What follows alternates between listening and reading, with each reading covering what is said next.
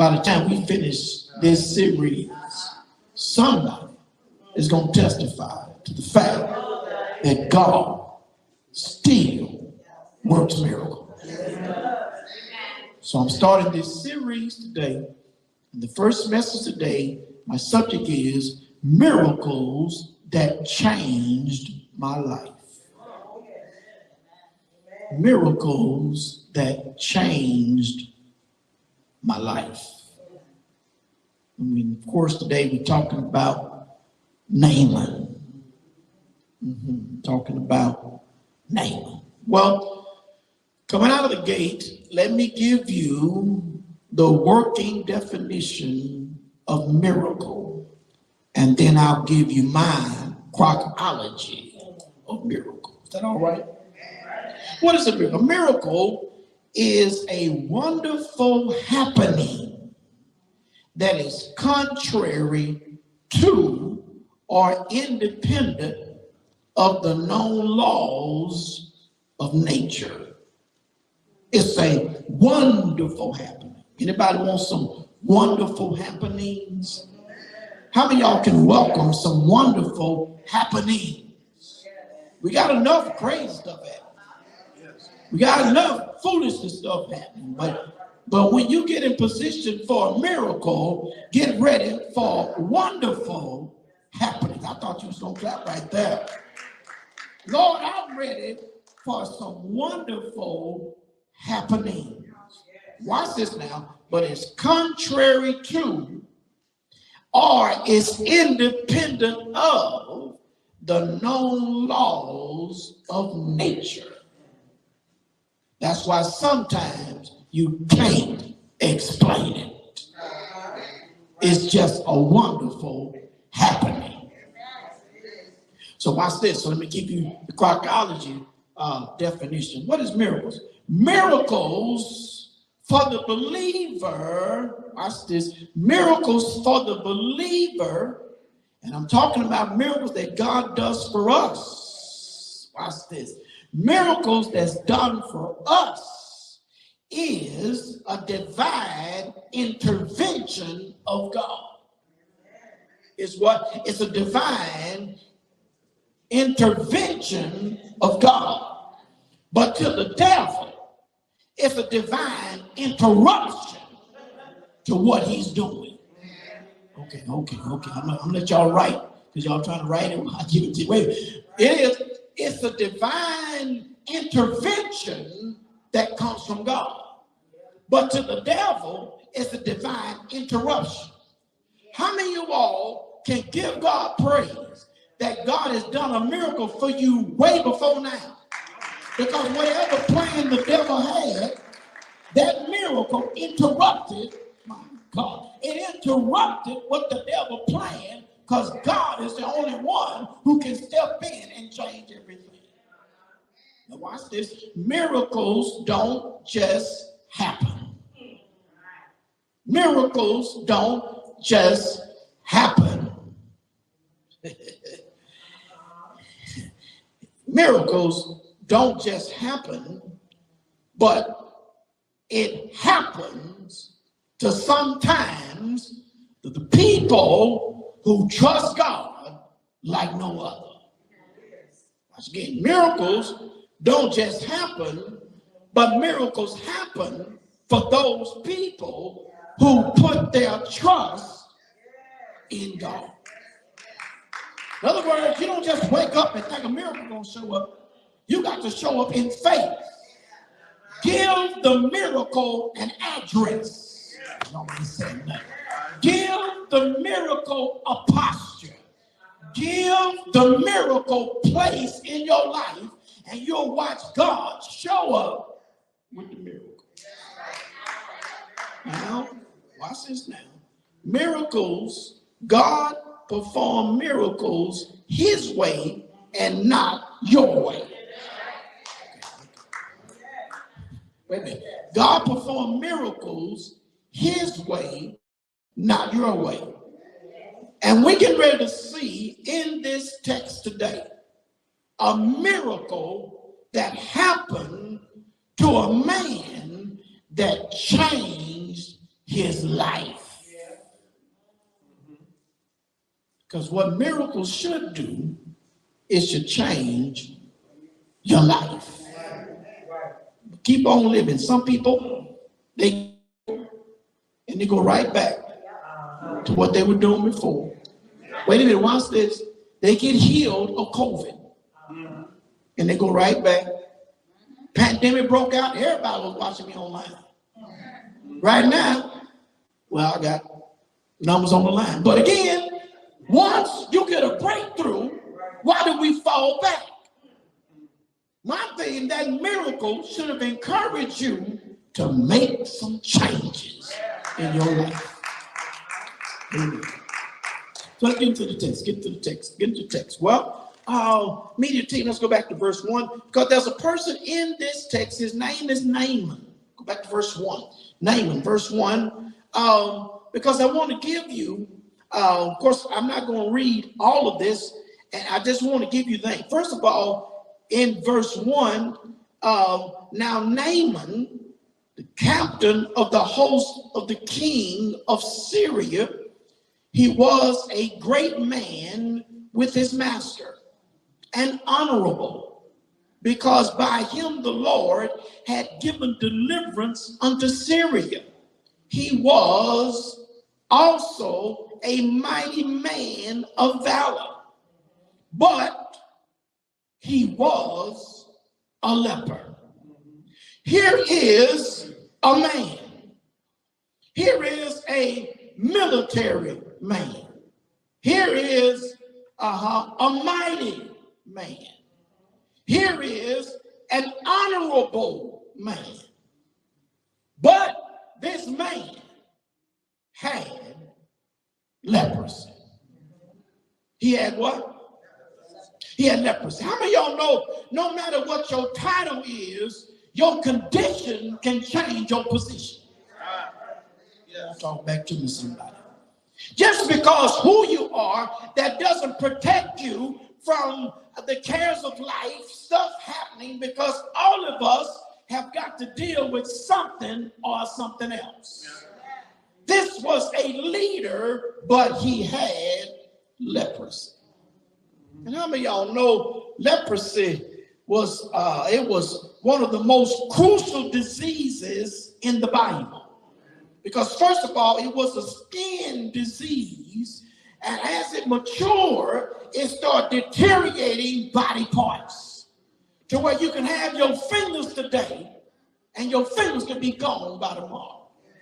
But this is a leader. And how many of y'all know leaders sometimes try to hide stuff that's going on in their life? Well, can I help you right now? If you want a miracle in your life, you got to stop hiding and start going somewhere to get your miracle from God. I know you don't want nobody to know what you're going through. Nobody bothering you. You don't want to, I don't want nobody in my business, but you suffering silently.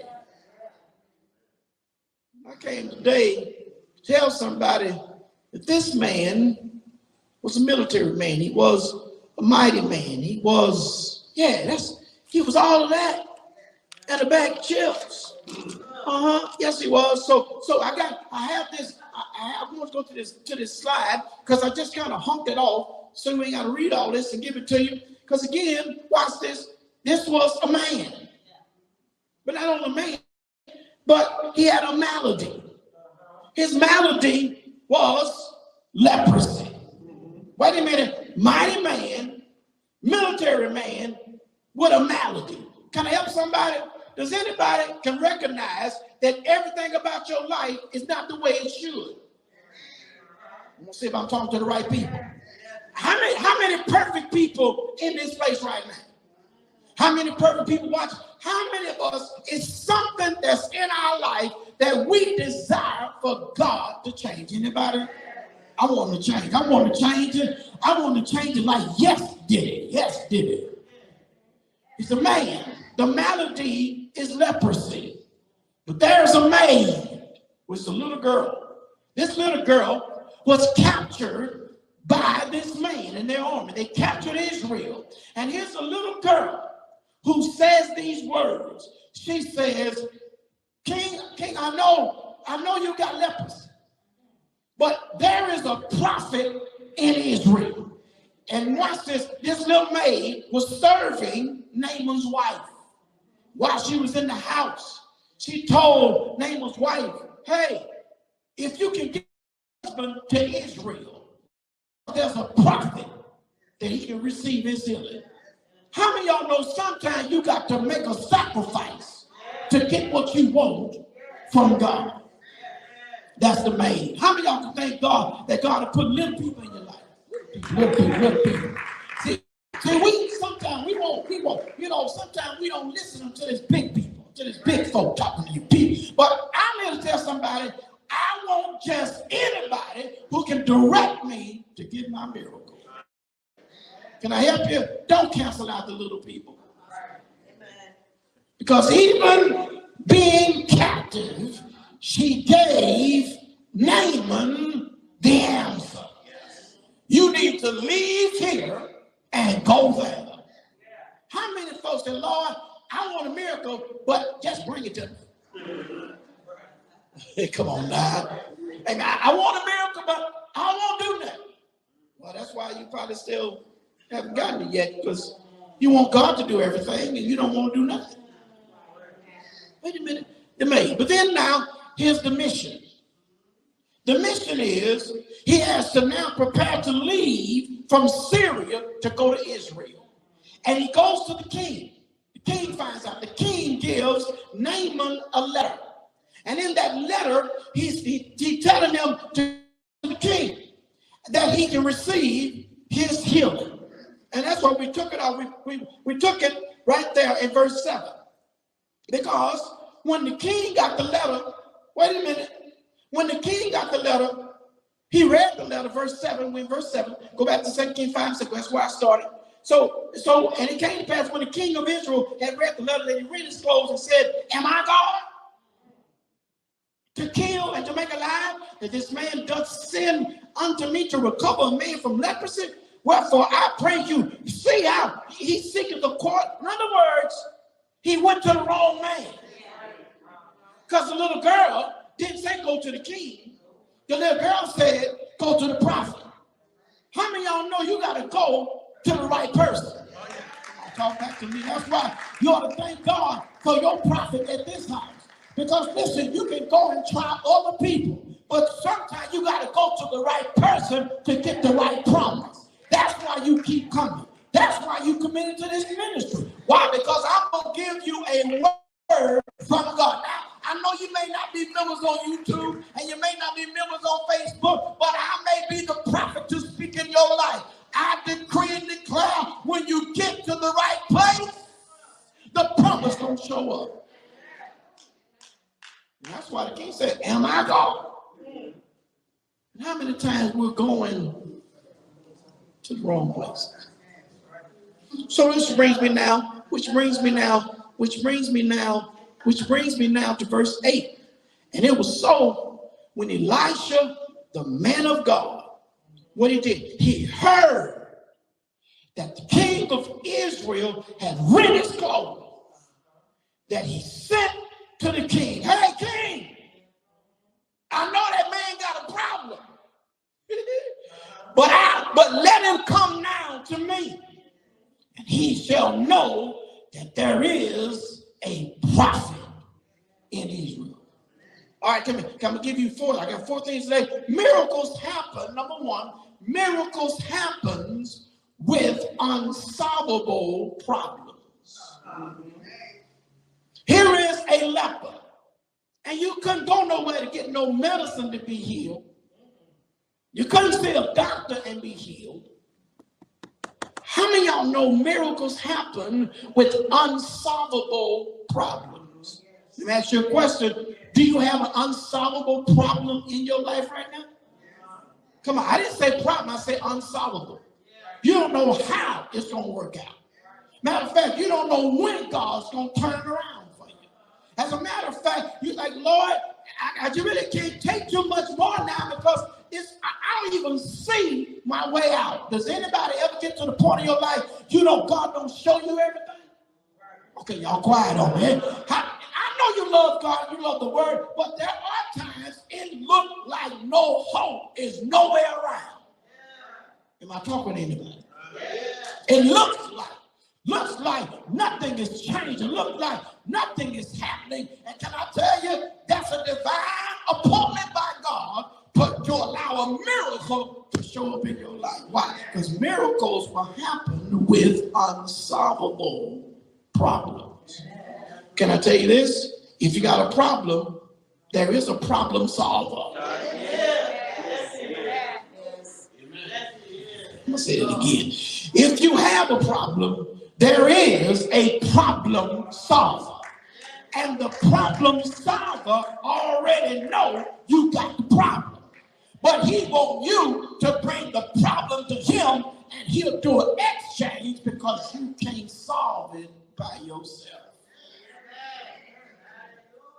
Can I tell you this? Take your hands off it. Take your hands off it. Take your hands off it. Take your mind off it. Take your mind off it. Take your mouth off it. Worrying about it ain't changing nothing. If it's an unsolved problem, you need to make sure you're going to the right. Watch this. If you have a toothache, you don't go to the podiatrist. You got backache, you don't go to the dentist. Come on, talk back to me. You got arthritis.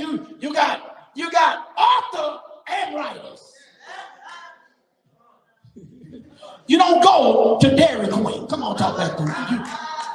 You need to know who to go to, and when you and I have a problem that we cannot solve, I need to find me a man of God. My God, I said that. When I got a problem that I cannot solve, I need to find my man of God. Watch this.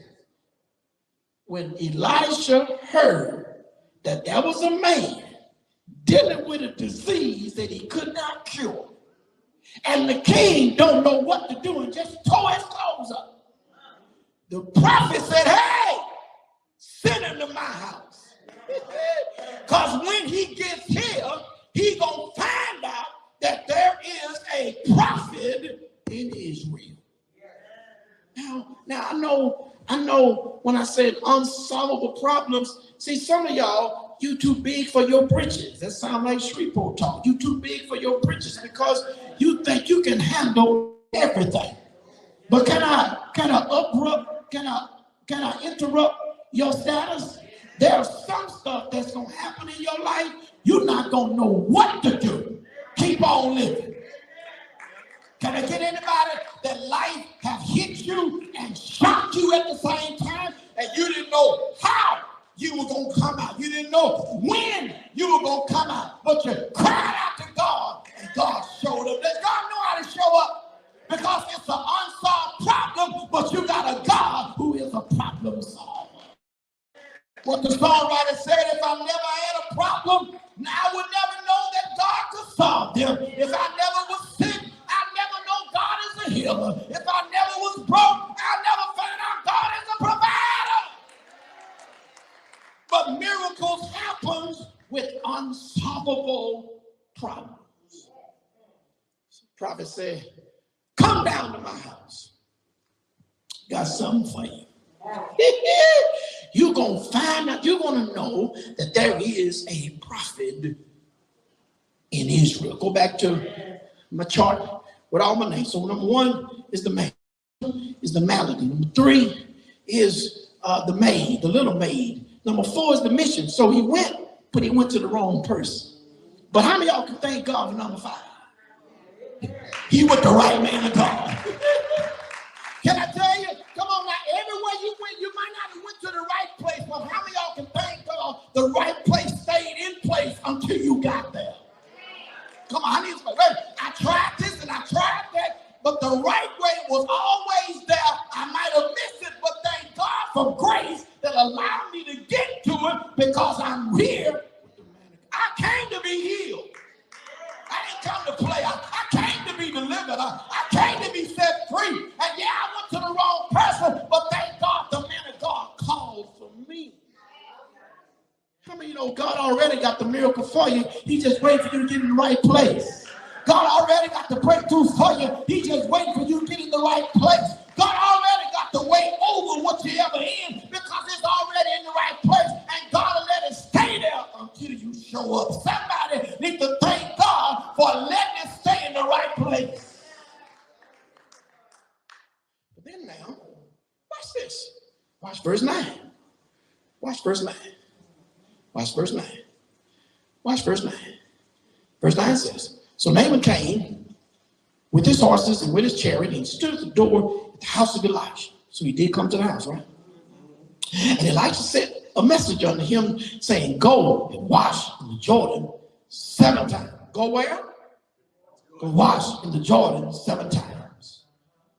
And then what's going to happen? Your flesh shall come again to you and you shall be clean. Wait.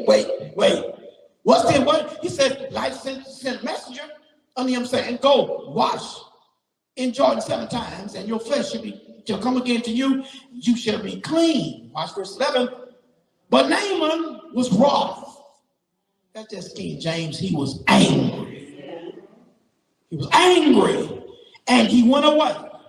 And he said, behold, I thought that old prophet, he should have would at least come to the door and stand and call on the name of the Lord, his God, and strike his hand over the place and recover the leper.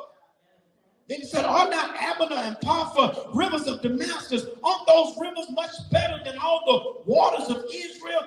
May I not wash in them and be clean? So he turned and went away in a rage. He went from mad to angry.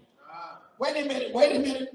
Could it be miracles happen with unsolved problems? But number 2, miracles happen with unexpected instruction. Miracles happens with unexpected instructions. I know you ain't gonna say amen right here, but I really want you to say, watch this. For every miracle, there is an instruction. Come on, talk back to me. I said miracles don't automatically happen, but every miracle got an instruction. And if you want the miracle, you should follow the instruction. But miracles happen with unexpected instructions. What did the prophet say? The prophet said, go to the Jordan. And then you go to the Jordan, then I want you to dip 7 times. And then when you dip 7 times, you're going to be clean.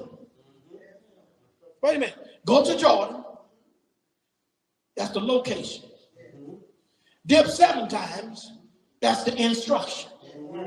And you shall be clean. That's the manifestation. I'm going to try one more time. Go to the Jordan. That's the location. Dip 7 times. That's the instruction. And you're going to come clean. That's the manifestation. See, a lot of us want a miracle, but we don't want to follow the first 2 parts. We don't want to go to the location, and we don't want to follow the instructions. But if you don't go to the location, if you don't follow the instructions, you will not receive the manifestation. I got some people who ready to walk in that manifestation. So I got some people that's ready to see that manifestation happen in their life. But I'm here to tell you, miracles happen with unexpected instructions. And that makes all the world difference between what you receive and what somebody else don't receive. Miracles are happening all the time. But why is it one receive and somebody don't? It could be because you're not ready for unexpected instruction. Well, wait, first of all, because the reason I say unexpected, because you know, like I know, if look at that water. The Jordan was a muddy river. Now, what you can think of is Mississippi. Come on, talk back to me. How many of y'all know you look at that Mississippi looks muddy. It got all kind of stuff in it. But it's the Mississippi River. And you don't really just jump out in the Mississippi and swim. But when you go to Jamaica, when you go to Belize, talk back to me. When you go to Honolulu, come on, talk back to me. I don't mind jumping because I can even see my foot in the water. Talk back to me. That's why I know, and I tell you so. And I put my other foot by my next foot, and I saw all 10 of my toes, and the water is 80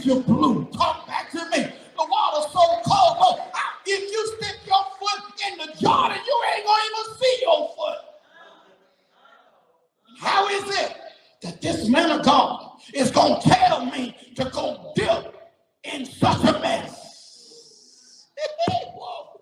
Preach Crockett, I think I will. Anybody know sometimes God will test your faith with the instruction he gave? Because what he told you to do don't make no sense. Oh, amen. To step into Jordan and dip 7 times in something that's muddy, in something that's messy, it don't make sense. But like Prophet Blake said, it may not make sense, but it will make a miracle. I want somebody, that's why you can't sit around and ask everybody else, what do you think I should do? Well, he wasn't talking to them, he was talking to you. Because somebody said, girl, I wouldn't be dipping up in no muddy river. Well, she don't have leprosy. She don't need a breakthrough. She's all right, but if the man tells you to do it, so watch this. With unexpected instructions, go back to my chart. After the man of God, now let's watch his mistakes. Let's watch his mistakes. Am I doing pretty good?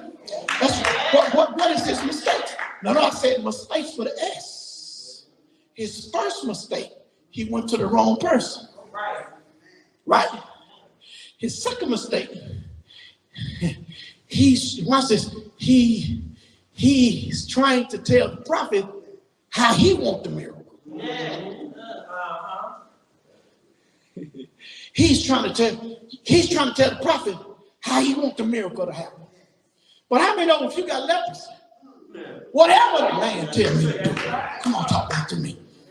He said, wait a minute, I thought he would at least come outside and greet me, and he would pray to the God of Israel, and then he would strike his hand. See, some of y'all, amen, watch this, some of y'all have to wait for Benny Hinn to come to town.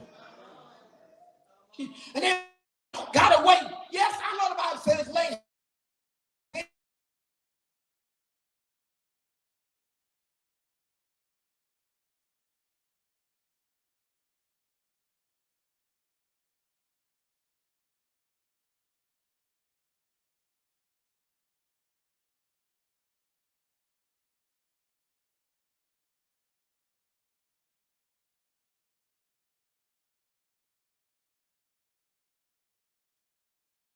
His mistake is he went from mad to angry. Now, how many know when you go from mad to angry, you now have disqualified yourself for the miracle? But now let's dig a little deeper. Go a little deeper. Why did he shift from mad to angry? Here it is because of pride. This is a renowned man. He's a military man. He's a mighty man. But he got leprosy. You think I came all the way down here to go dip in some muddy, messy Jordan, and then you ain't tell me to do it one time. You told me to do it 7? I can't even see me doing it 1. And you done multiplied that and said 7? Mistake was went to the wrong person. Mistake was he's trying to tell the prophet. Mistake number 3, he moved from mad to anger because he had a spirit of pride. Watch this, I'm about to make a turn. Here is number 3. Miracles happen, number 1, with unsolvable problems. Miracle happens, number 2, with unexpected instruction. Number 3, miracles happen with unrelentless humility. How many of y'all know to get your miracle, you got to come twice? Okay. Yeah, you got to. See, you want the miracle to happen to you physically, but maybe let the miracle happen to you spiritually. Why? Because watch this, the miracle that he wanted, he just wanted to be clean. But could it be God wants something more than just him being clean? And then how can you expect for somebody who has leprosy to go in muddy water and come out clean? That just don't make no sense. Obviously, God is working on his mentality, and he wants them to humble him. Anybody know God resists the proud, but he gives grace to the humble? Watch this. He's trying to get clean, but God's trying to get him cured.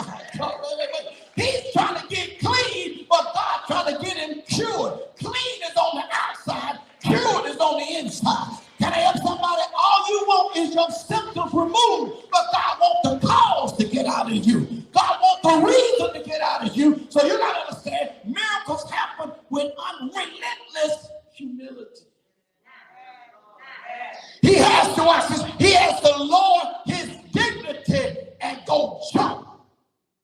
Jordan. Now you tell me, how many of y'all right now, if God gave you that instruction, you would do it right now? Don't give me no church answer. You look at that water, just like you looked at that water. God, I know you got some more water somewhere. This ain't the only water you made. This ain't it, Lord. Lord, can you do it another way? Can you? And how many of y'all know, but the Jordan is where your miracle is. The Jordan is where your breakthrough is. The Jordan is where your way out is. The Jordan is where your manifestation is. The Jordan is where your favor is. The Jordan is the place, where your money is. Jordan is the place, amen, that God's going to turn your life around. So how fast will you jump into Jordan?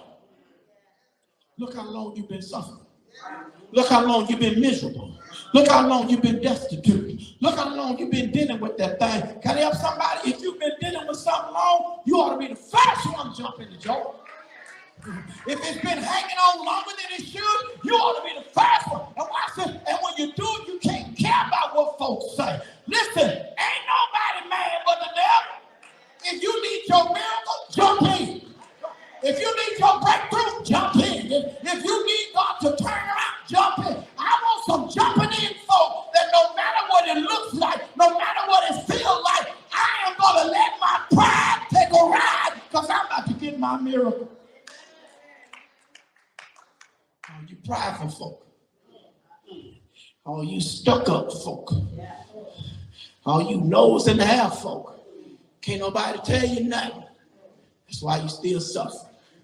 But when you get sick and tired of being sick and tired, when you get sick and tired of suffering, when you get sick and tired of going through what you go through, why that Jordan at?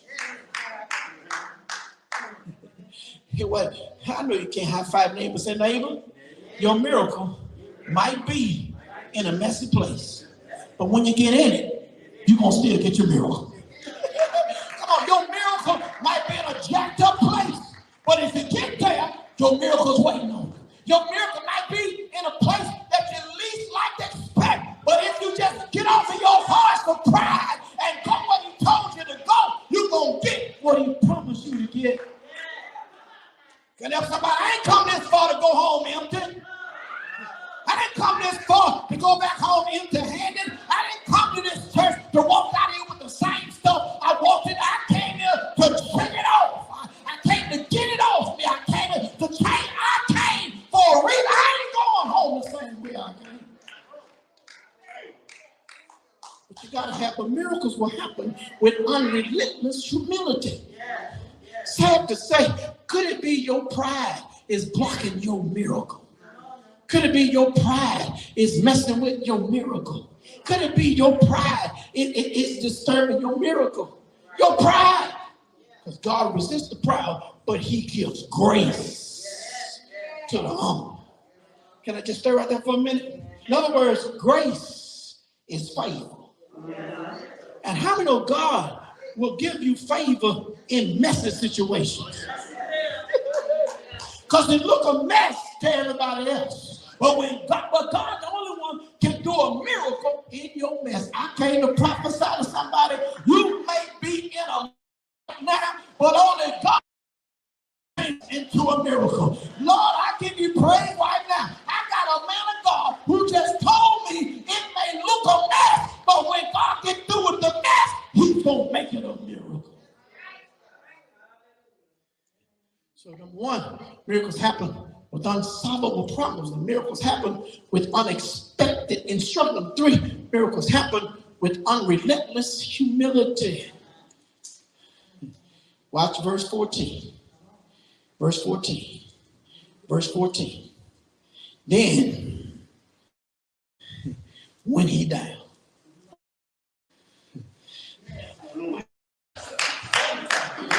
I got two people talking. Then, when he died. See, humility brings you down. And if you're not ready to go down, you're not going to come up right. Oh, my God.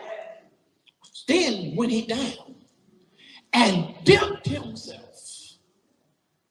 7 times in the Jordan, according to the saying of the man of God, and his flesh came again like unto the flesh of a little child. And he was clean. Wait a minute. Number one, miracles happen with unsolvable problems. Miracles happen with unexpected instructions. Miracles happen with unrelentless humility. But number four, miracles happen with undeniable changes. I wish y'all could receive it the way I'm giving it to you, man. Undeniable change. Wait a minute. You went to unsolvable to now it's undeniable. I know I was in the church. You can jump on it right there. Wait a minute. It started off unsolvable. But by the time you got the miracle, it's undeniable. How many of y'all want God to shift you from what's unsolvable to what's undeniable?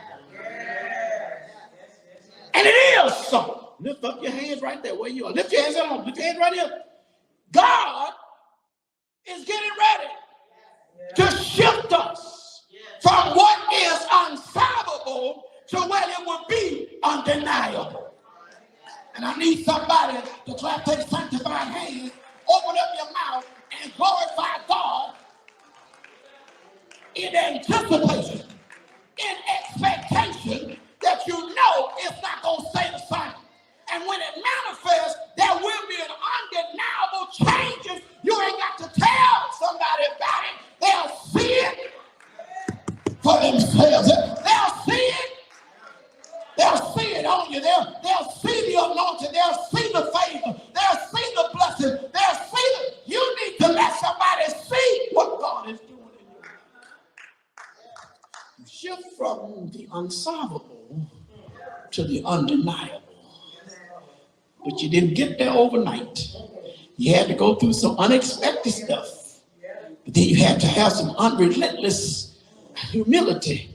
And watch this. And now everything changed. Everything changed. Wait a minute. The part I like here says, his flesh, verse 14, his flesh as of a little child, and he was clean. Which means God gave him baby skin.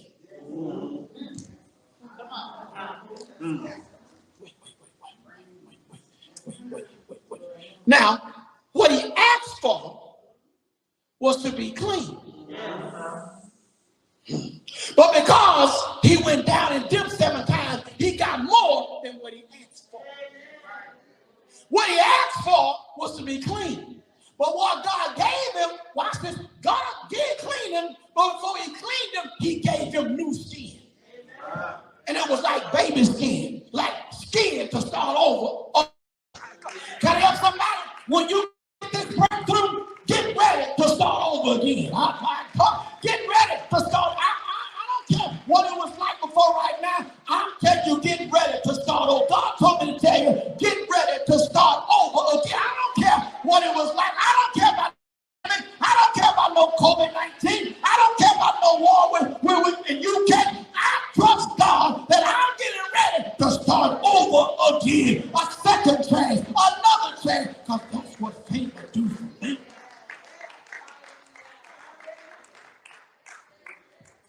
Not only clean, but he got baby skin.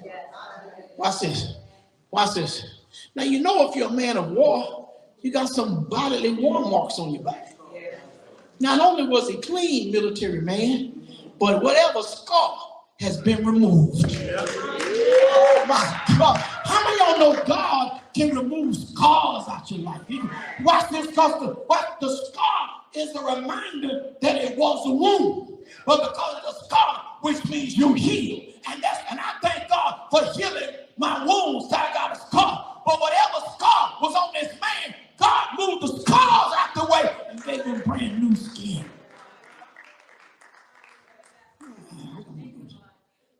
Watch verse 15. Watch verse 15. Go. And he returned. Thank God he returned.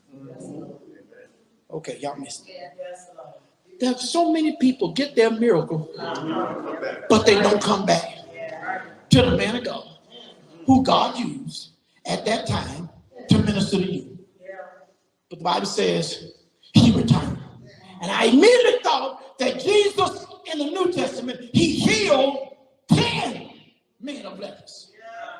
But only one came back. And when he came back, he started worshiping Jesus. He said, wait a minute. Were there not 10 cleansed? Well, where are the other 9?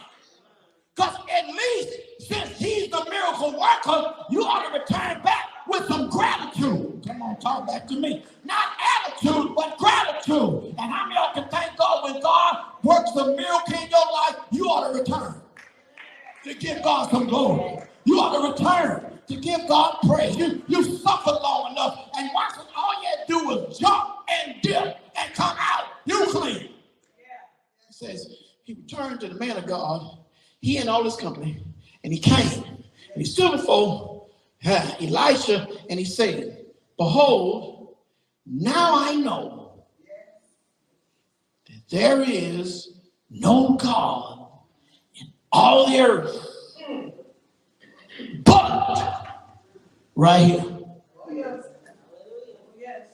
Okay. This man is not an Israelite. This man is a Syrian. He's an outsider. He is a foreigner. He is an alien to the promises of Israel. Wait a minute, Pastor, set it up. He is a Syrian. He's not an Israelite.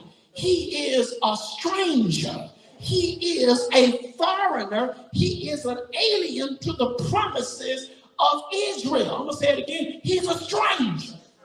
He's a foreigner. He's an outsider. He is an alien to the promises of Israel, but he done walked himself right into a miracle right in Israel and received something that he did not deserve. And I'm going to tell somebody, if anybody going to get that miracle this month, it's going to be me. If anybody going to get that breakthrough, it's going to be me. If anybody going to get a way out of this situation, it's going to be me. I'm not worried about anybody saying, don't go. You can't tell me what to do. I'm going to get what I came for. If don't nobody get their miracle, amen, I'm not worried about what you're doing. I'm concerned about what I'm getting ready to do. And this is my day for my miracle. Because this miracle will be undeniable. You're going to see some undeniable changes. He came in a stranger. He came as a foreigner. He came as an alien to the promises of Israel. He wasn't even supposed to get this. But how do y'all know you really don't qualify for no miracle anyway? You just trust God and let God work it out for you. Can I tell somebody, my wife preached a message and I'm about to throw it up in here. While you're waiting, you need to know that God is working. While you're waiting on it, you need to know that God is working. I want somebody to look at your neighbor and say, neighbor, while you're waiting on the miracle, God already working on the miracle. You just stay right there. You just stay right there. Don't move. Don't go back. Don't renege. Don't go in reverse. Just stay right there because your breakthrough got your name on it. Your breakthrough got your address on it. Your breakthrough got your family in it. Your breakthrough got you in it. And what you gonna do when you get it? What you gonna do when you get it? What you gonna do when you see it? What you gonna do when it happens? What you gonna do when you can go back home? I'm gonna give God glory. Because if it had not been for the Lord who was on my side, I say undeniable changes. Watch this. Watch this. Watch this. The greatest miracle is the changed life. Yes.